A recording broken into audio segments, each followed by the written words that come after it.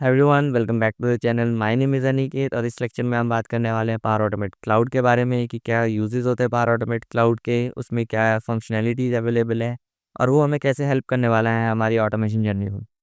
So let's get started. So I have prepared a small PDF where I will explain कि हम कैसे use करने वाले हैं पावर ऑटोमेट क्लाउड को, उसके क्या कोर स्ट्रेंथ है, उसमें क्या है फंक्शनैलिटीज अवेलेबल है, इसके थ्रू हमारी ऑटोमेशन जर्नी इजी होने वाली है और उसमें क्या कस्टम कनेक्टर्स इजीली अवेलेबल हैं जो कि इसे और ऑटोमेशन टूल से डिफरेंट बनाती है।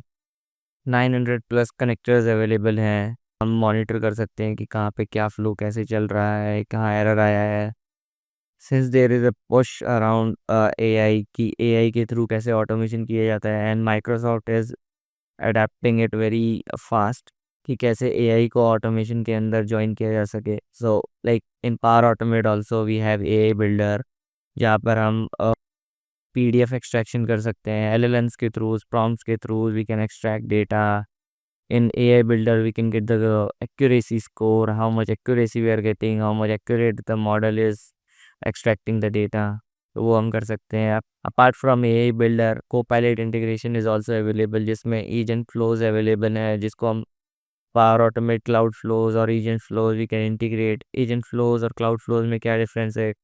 क्लाउड फ्लोज हमें पावर ऑटोमेट क्लाउड के पोर्टल पे जाके बनाना होता है, बट एजेंट फ्लोज में क्या है कि we can integrate it through our chat bot where it will take a response from the user और उसके through it will call the action.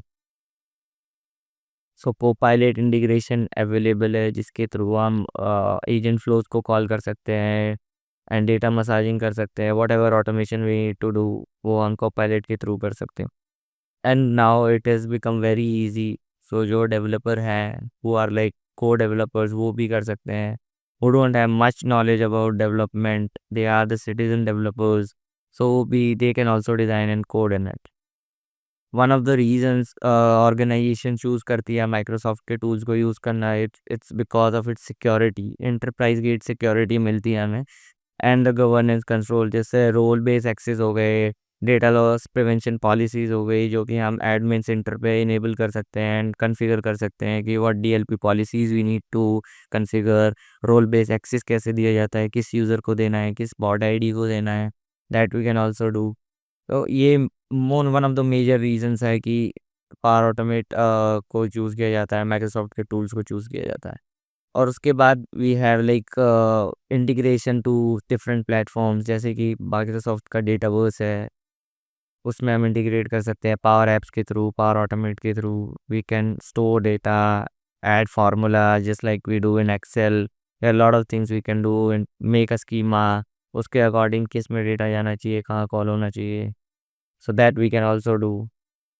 The scalability is very easy, हम कभी भी किसी भी लेवल पर स्केल कर सकते हैं। पीपल से लाइक कि UI path is more scalable and power automate is not that much scalable, but power automate has the capability to be scalable.